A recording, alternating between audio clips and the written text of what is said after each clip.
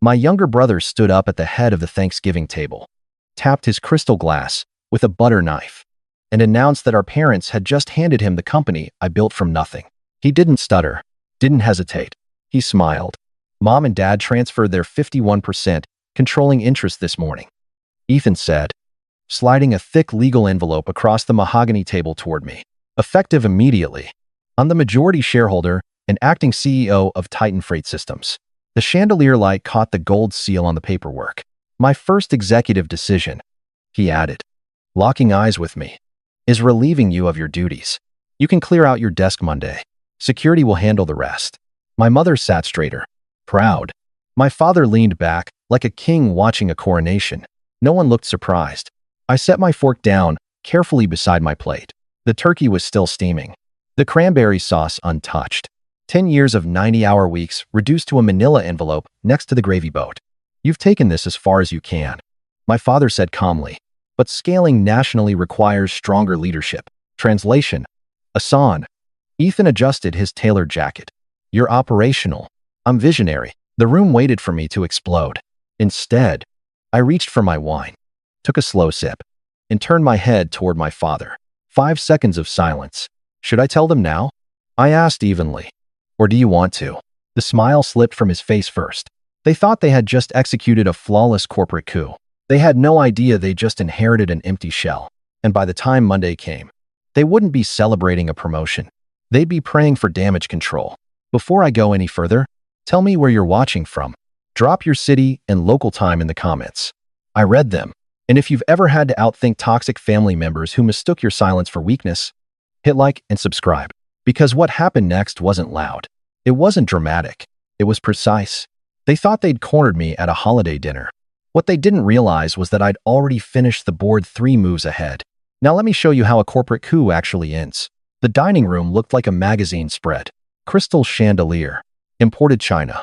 A 12-foot mahogany table polished to a mirror shine. My parents' house sat in a gated suburb outside Chicago, brick facade. Circular driveway. Country club membership. Framed in gold inside the foyer. From the outside, it was legacy, stability, power. From the inside, it was a shark tank. Titan Freight Systems wasn't inherited. It wasn't gifted. I built it at 24, with a leased warehouse and a $75,000 SBA-backed commercial guarantee. My father co-signed a signature he never let me forget. I paid that loan off in 18 months. But signatures are leverage to men like my father. For 10 years, I worked 90-hour weeks. I slept on a cot in that first warehouse during winter storms to protect inventory. I negotiated vendor rates myself.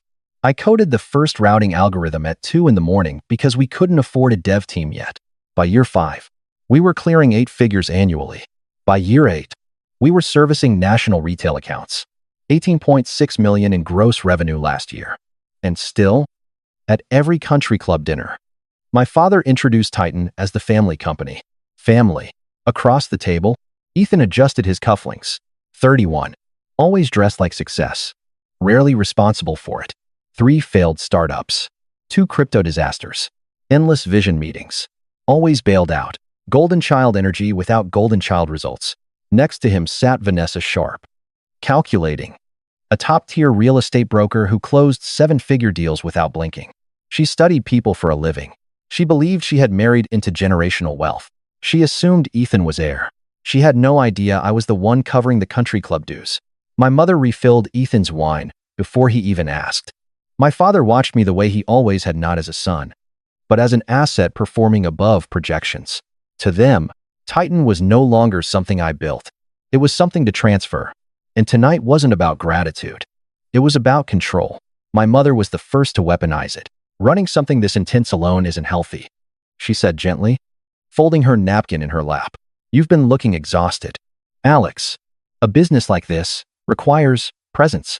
Presence. My father translated. You're disciplined, structured, but national expansion demands aggression.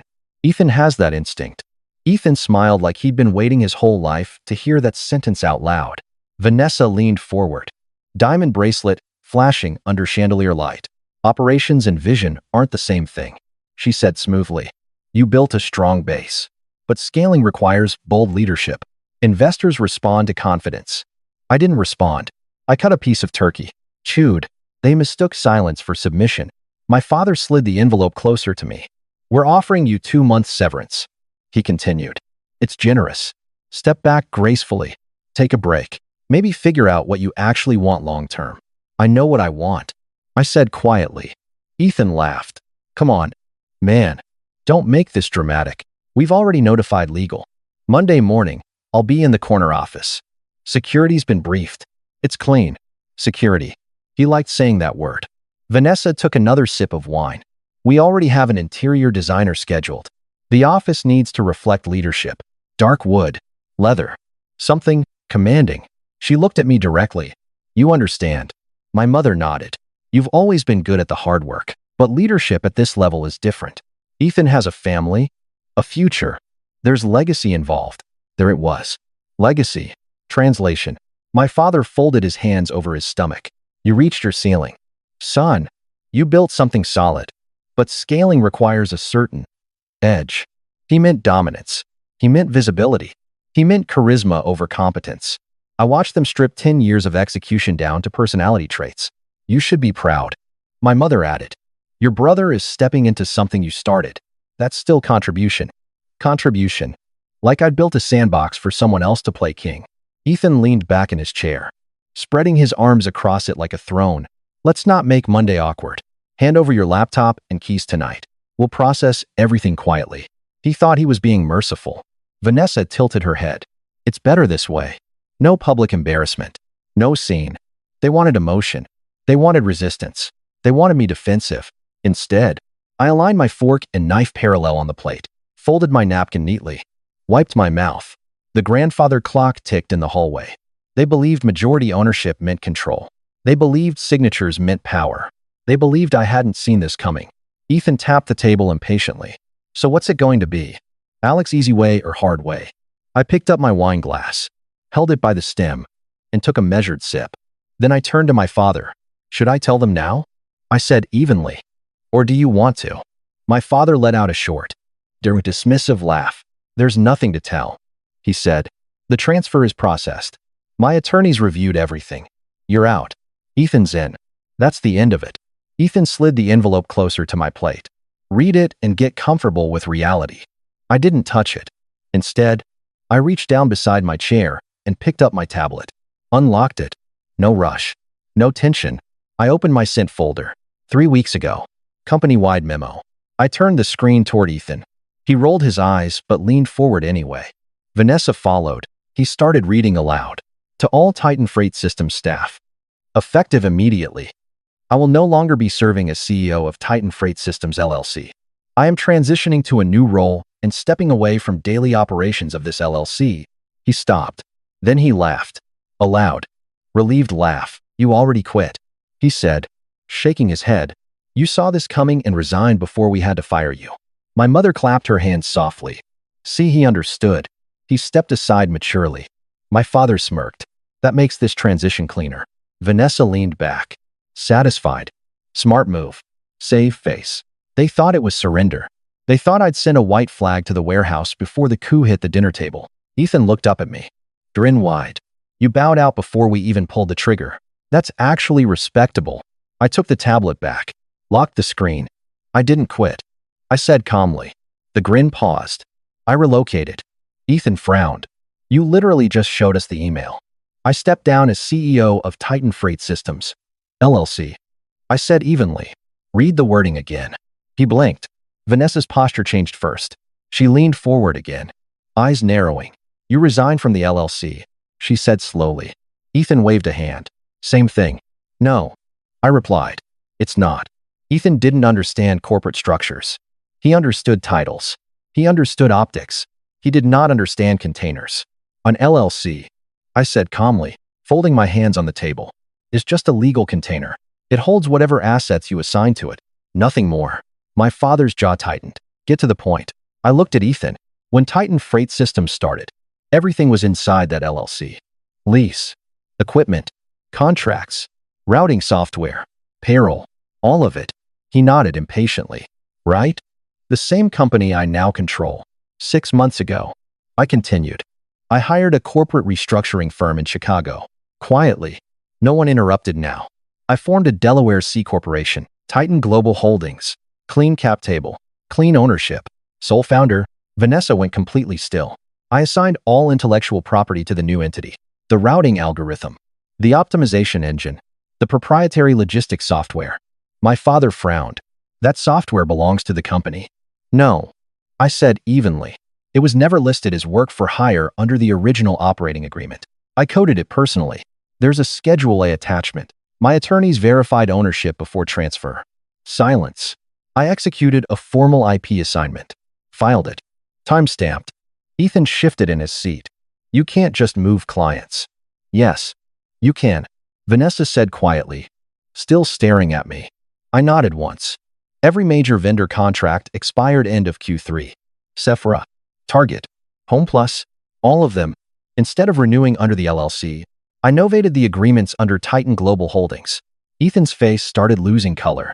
That's not legal, he said weakly. It's perfectly legal, Vanessa replied before I could. If contracts weren't auto-renewing, they weren't. I confirmed. I leaned back. As of yesterday morning, Titan Freight Systems LLC owns physical assets. Forklifts, sorting machines, delivery trucks, a warehouse lease. Ethan straightened slightly. Exactly. Infrastructure. I held his eyes. But it owns 0 intellectual property, 0 active vendor contracts, 0 national accounts. The grandfather clock ticked. My father spoke slowly. Revenue. 0. I said. Vanessa lowered her wine glass. The operating capital, my father asked. Transferred. I replied. Servicing new contracts under Titan Global. Ethan looked between us. You're bluffing. I'm not. He grabbed his phone. I'll call Gregory at Target right now. Go ahead. He dialed. Speaker on. It rang. The room waited. Gregory. Hey. It's Ethan Mercer, new CEO of Titan Freight Systems. Just introducing myself. Pause. I'm sorry. Gregory replied. We don't have any active contracts with that entity. Ethan swallowed. We signed a 5-year agreement with Titan Global Holdings 30 days ago. Audrey. He corrected himself awkwardly. Alex is our sole contact. If you're calling regarding old agreements, they've expired. Click. Silence. Ethan stared at his phone. Vanessa exhaled slowly. My father didn't move. You didn't take a company, I said quietly. You took an empty shell. Ethan's voice cracked. We still have the facility. Yes. I agreed. You do. I reached into my bag and removed a thick folder. Red tabs. Legal notices. I dropped it onto the table. The sound was heavy. That facility is leased. Renewal due 1st of next month. Annual maintenance fees on automation due next week. Fleet insurance premiums outstanding. Deferred state taxes. My father looked at me carefully now. How much? 1.3 million. I said. Ethan shook his head. The company account has cash. $412. I corrected. Vanessa went pale. I transferred operating reserves under fiduciary protection to service new contracts. I continued. Before the share transfer, you drained it. Ethan whispered. I secured it. He looked at my father. We'll dissolve it. File bankruptcy. I almost smiled. Read the transfer agreement. I said. Specifically page 4. Vanessa snatched it first. She scanned rapidly. Her finger stopped. Oh my God. Ethan stared at her. What? You signed a continuing personal guarantee clause. My father's face drained. That means. Vanessa continued. Voice tight. As majority shareholder and CEO, you personally assume corporate debt obligations. Ethan blinked. That's standard. It's standard when you audit liabilities first. She snapped. Silence settled again. Creditors won't just pursue the LLC. I said. They'll pursue you. Ethan's breathing changed. They'll go after personal accounts, vehicles, property. Vanessa's head turned slowly toward him. You didn't read it, she said. He didn't answer. You wanted the crown. I continued calmly. It comes with weight. My father finally spoke, but his voice was smaller now. You did this deliberately. I protected my assets. I replied. You hollowed out the company knowing we were negotiating. I saw you requesting long-term projections from accounting. I assumed due diligence. His jaw clenched. Vanessa flipped another page. The lease auto-triggers a financial review upon transfer of majority control. She said, if guarantor credit fails, landlord can demand additional security. I nodded once. They will. Ethan looked sick. You should have read what you signed. I said. The chandelier light felt colder now. No one spoke for several seconds. They had executed a coup. They had celebrated a coronation, but they had never inspected the kingdom. And by the time they realized the treasury was gone, it was already operating somewhere else. Under my name. Alone. Ethan's confidence didn't collapse all at once. It cracked. Hairline fractures first. Then panic. We'll refinance, he said quickly. Words tripping over themselves. We'll bring in bridge capital. Dad knows people. My father didn't respond. Vanessa was still staring at the guarantee clause like it was radioactive. You don't refinance a default risk in 14 days, she said quietly. Not with your credit profile. Ethan turned to her. My credit is fine. She looked at him. It isn't. He swallowed. I leaned back in my chair. The lease renewal is in 12 days. I said evenly.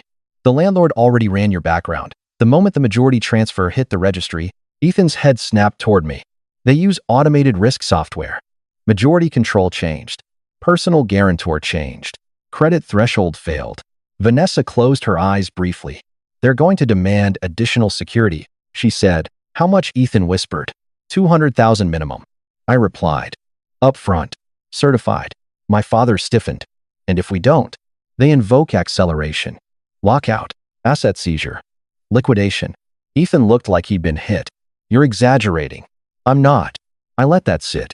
And the $1. $3 million in outstanding liabilities, I continued. Maintenance. Fleet insurance. Deferred taxes all under your personal guarantee now. Ethan stood abruptly. You set me up? No, I said calmly. You stepped into something without reading it. Vanessa turned slowly toward him. You told me this was clean, she said. It was supposed to be. He shot back. Dad said, don't put this on me. My father snapped, but it lacked force. Vanessa leaned forward over the table. Did you even request updated financial statements before wiring the buyout? Silence. Ethan. He looked at her. No. He admitted. The word barely audible. Her jaw tightened. You bought a controlling interest without auditing debt exposure. He didn't answer. That's not aggressive leadership, she said coldly. That's reckless.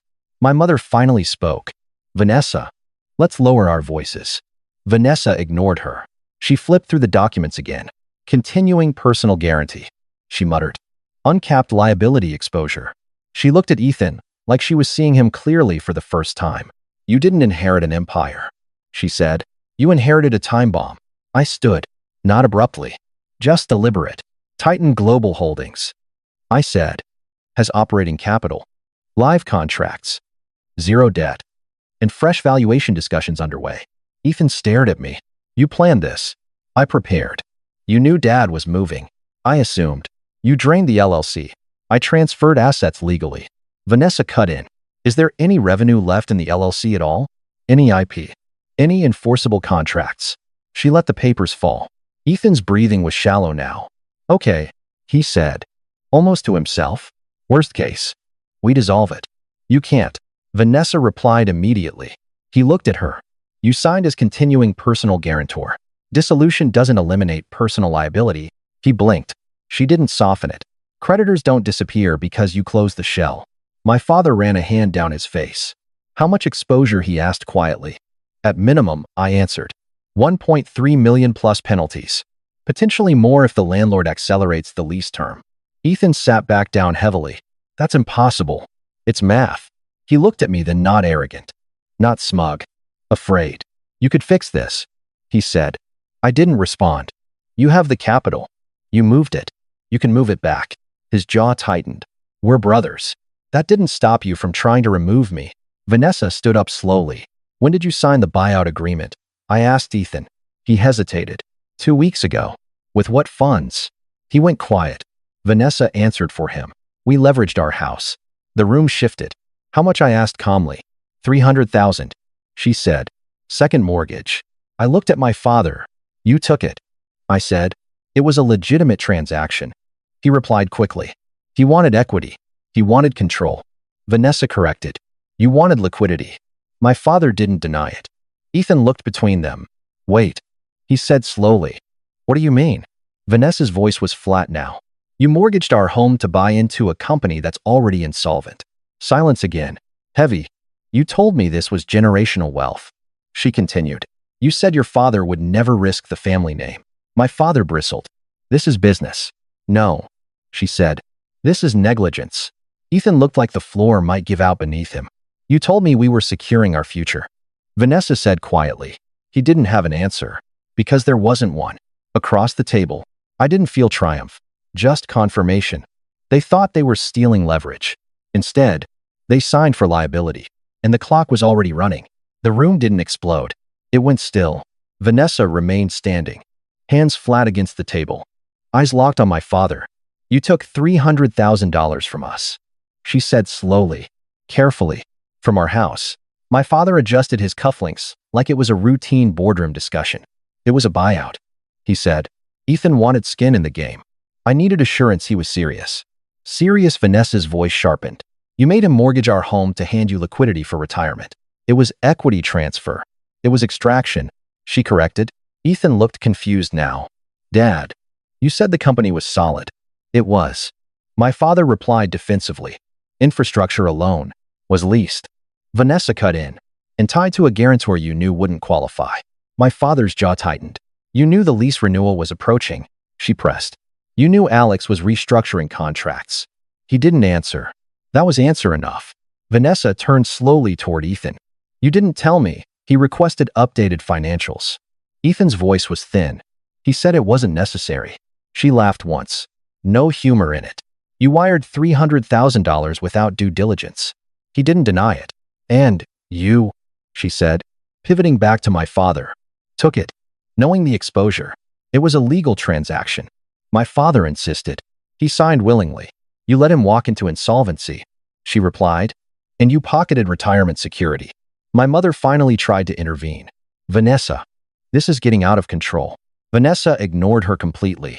If creditors trigger personal enforcement, she continued, they'll evaluate asset holdings.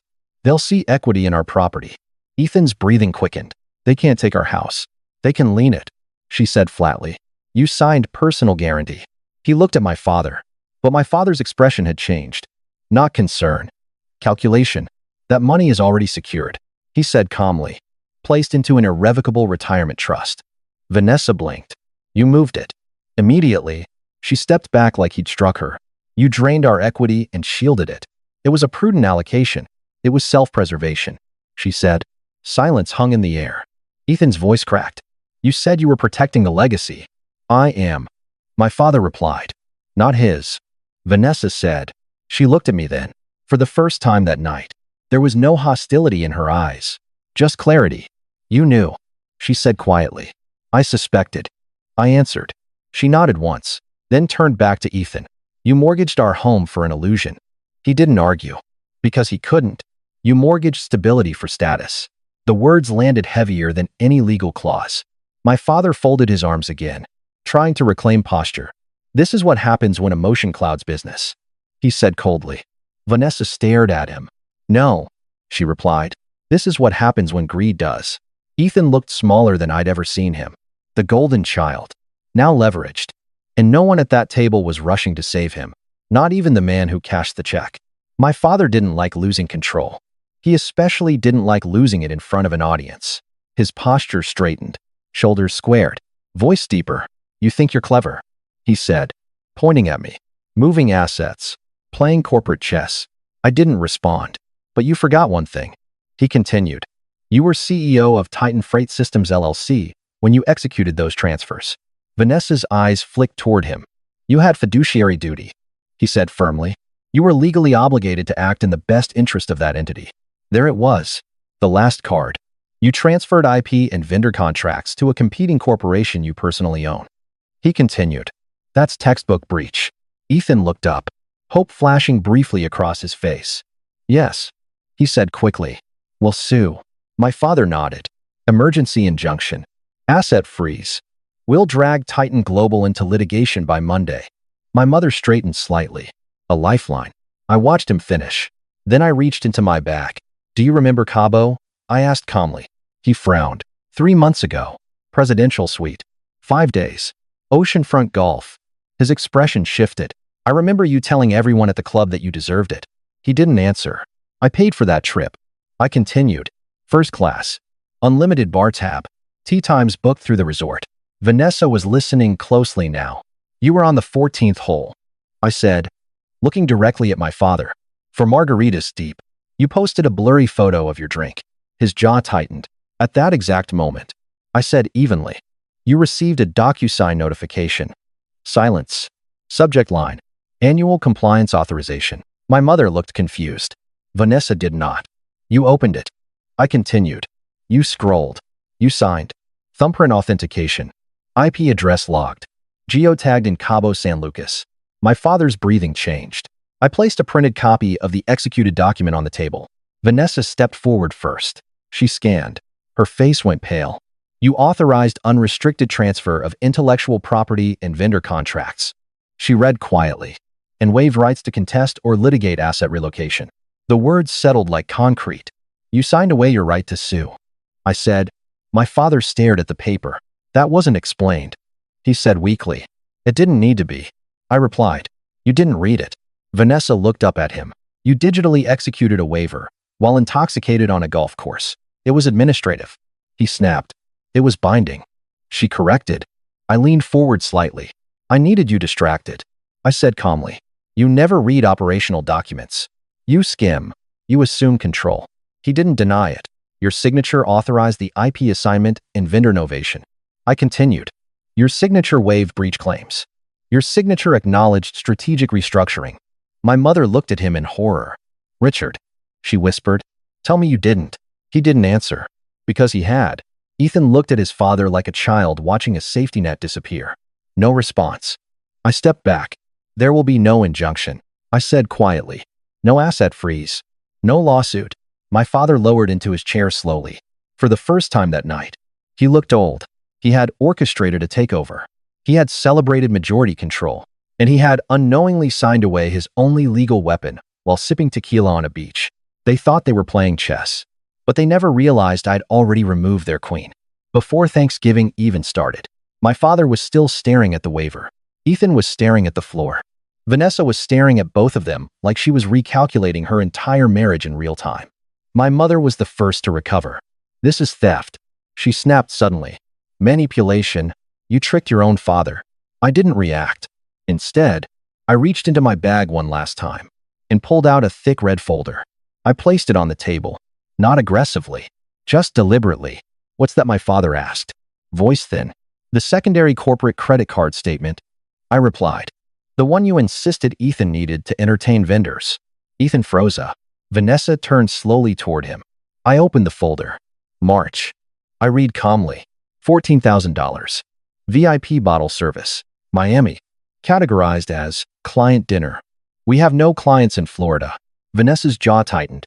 $35,000 wire transfer to an offshore crypto exchange.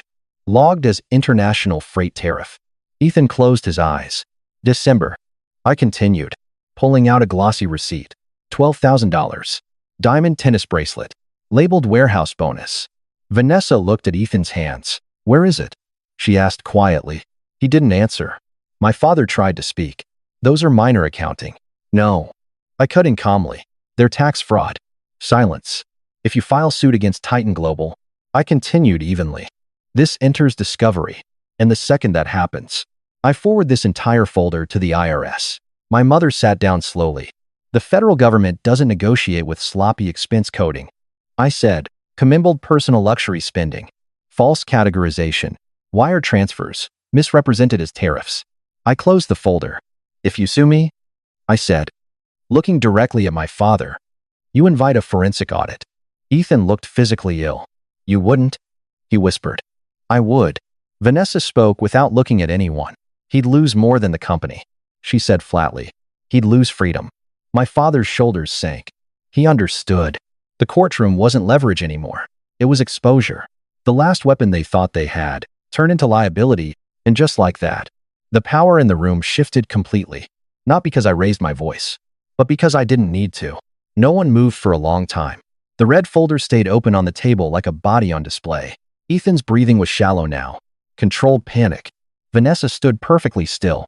Then she reached down to her left hand. Slowly, deliberately, she pulled off her wedding ring. The diamond caught the chandelier light once before she let it fall. It hit the mahogany table with a hard metallic crack. Ethan flinched. Vanessa, his voice broke. Don't do this here. She didn't look at him. You mortgaged our home. She said evenly.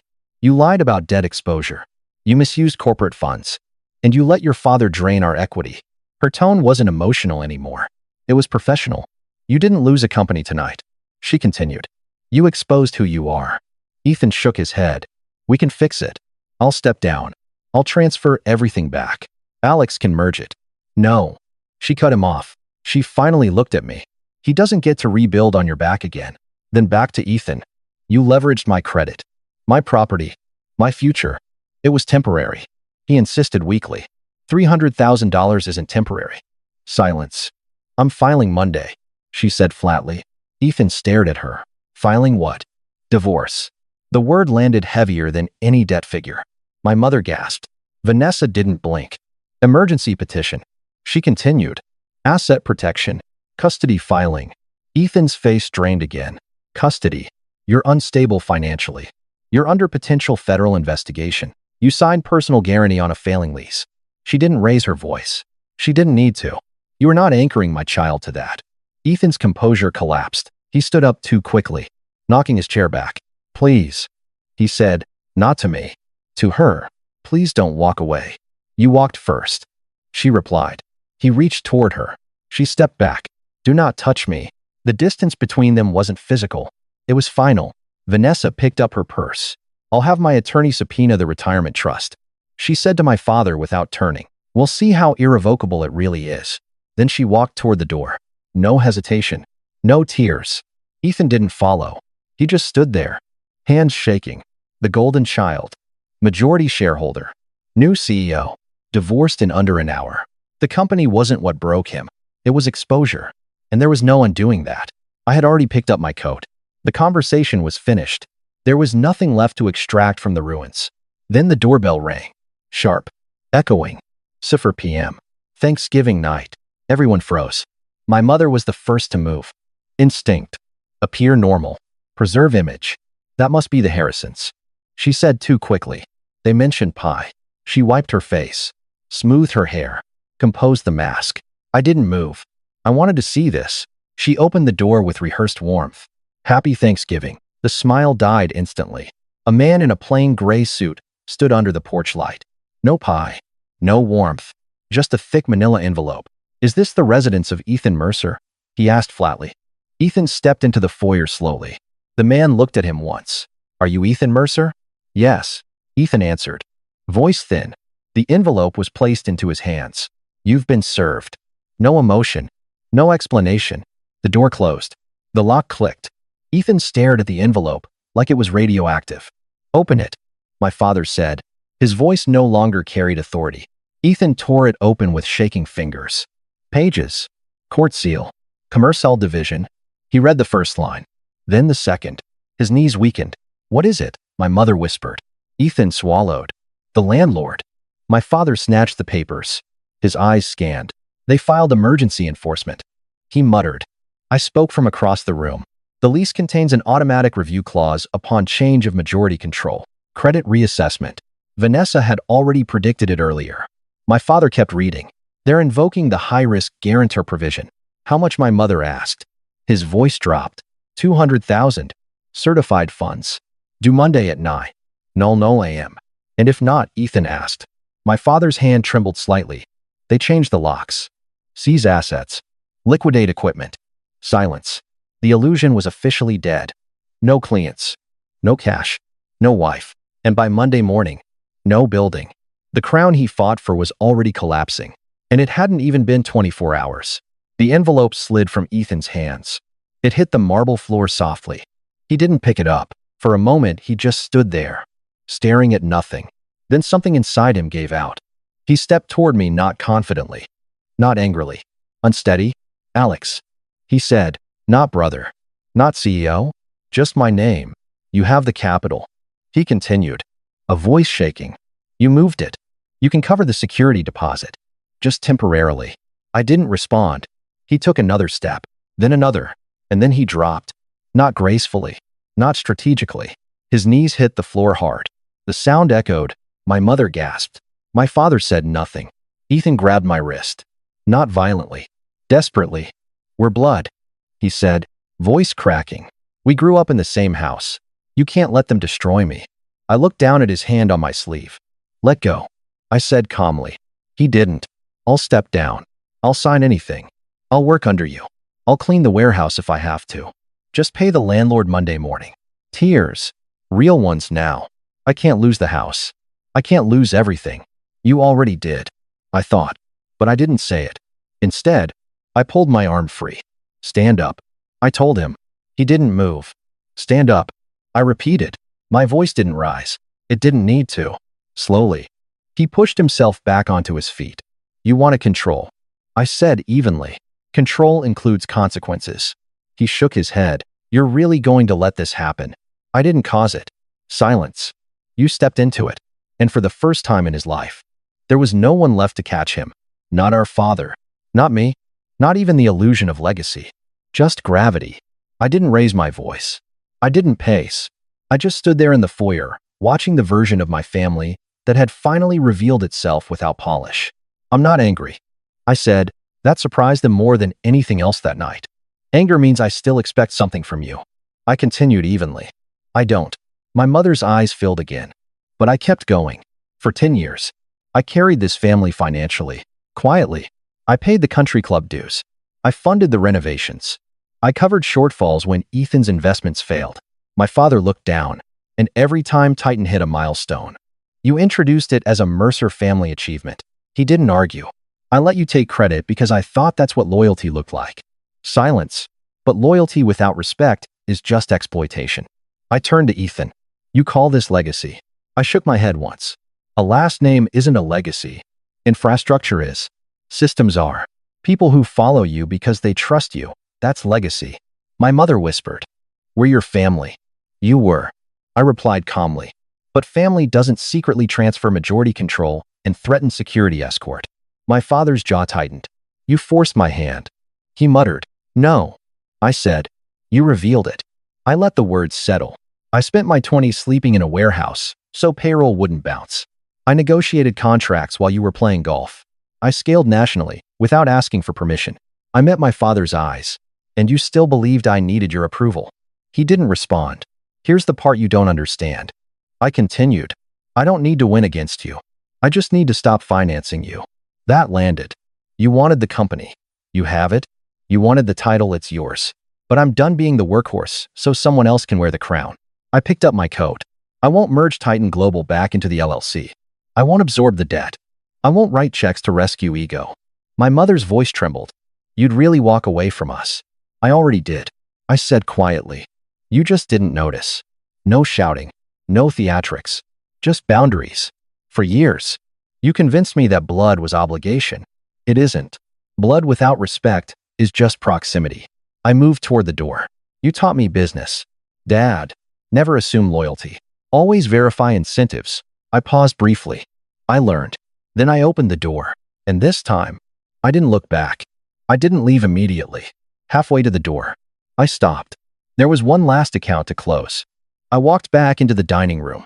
The turkey sat untouched now, split down the center. Perfect presentation ruined. I took my leather checkbook from my coat pocket. My father watched. Confused. I wrote slowly.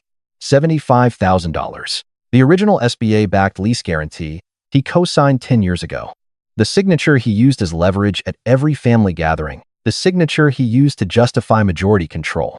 I signed my name cleanly, tore the check out, walked to the table, and placed it directly on top of the turkey. The paper rested against the glazed skin like a receipt stapled to a carcass. "That clears the original debt," I said evenly. "No leverage remains." My father stared at it. My mother covered her mouth. "Paid in full." No sarcasm.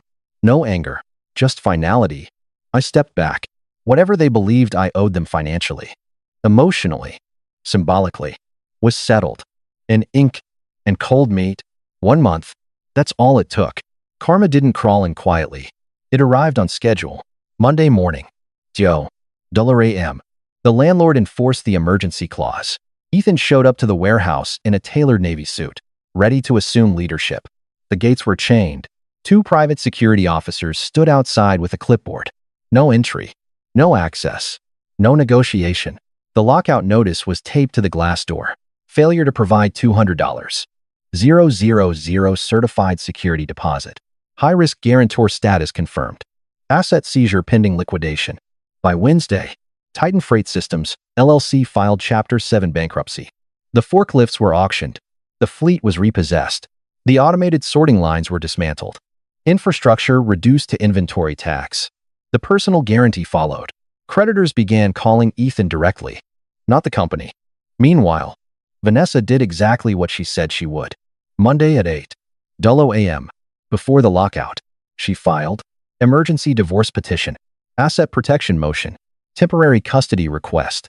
During discovery, her attorneys entered the red folder into the record. The crypto wire, the Miami charges, the diamond bracelet. The judge didn't appreciate creative expense coding.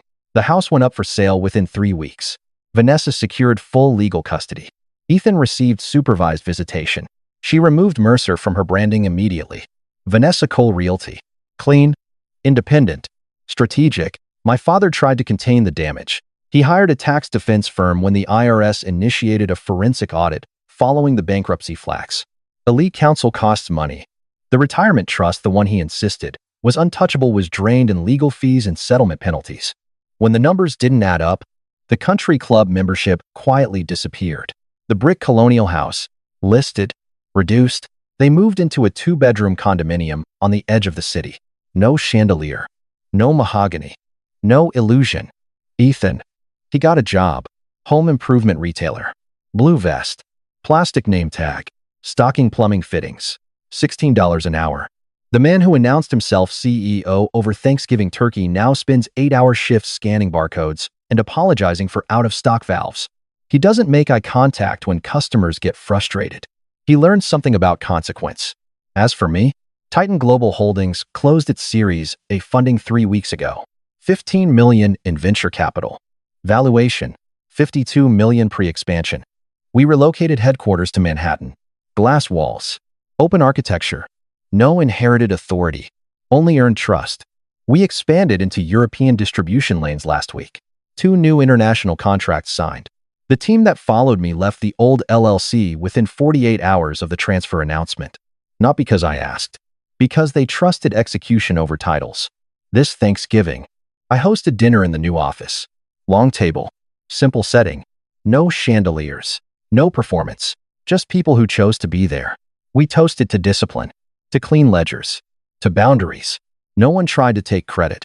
No one tried to take control. The difference between a crown and a burden is consent. Ethan wanted the crown. He didn't calculate the weight. My father wanted leverage. He underestimated independence. And I didn't win because they lost. I won because I stopped participating. 1 month. That's all it took for the illusion to collapse. Turns out legacy isn't inherited. It's engineered. And protected. Relentlessly. There's something no one tells you about family. They tell you blood is sacred. That loyalty is automatic.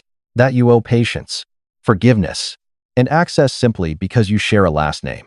That's a myth. Loyalty without respect is exploitation. For years, I confused endurance with strength. I thought being the bigger person meant absorbing damage quietly. I thought funding dysfunction was generosity. It wasn't. It was enabling. The hardest lesson I learned wasn't about corporate law or restructuring strategy. It was this. You don't owe your life to people who only value you when you're useful. You don't owe your success to relatives who feel entitled to it. And you don't have to destroy yourself to preserve someone else's ego. Boundaries aren't cruelty. They're clarity. The moment you stop financing dysfunction, financially or emotionally, everything changes. Some people will call you cold. Some will call you selfish. Some will try to weaponize guilt. Let them. Because once you remove yourself as the safety net, you finally see who can stand on their own. If you're watching this and you're carrying a family that only shows up when they need something, hear me clearly. You're allowed to step back. You're allowed to protect your work. You're allowed to build something that belongs to you. And if walking away costs you access to people who never respected you anyway, that's not loss. That's leverage. Now, I want to hear from you. Have you ever had to draw a line with someone who thought blood gave them permission to control you? Where are you watching from? Drop your city and local time in the comments.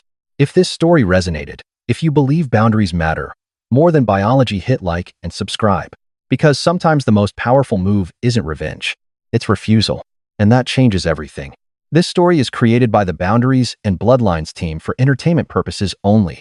Do not replicate or apply events in real life.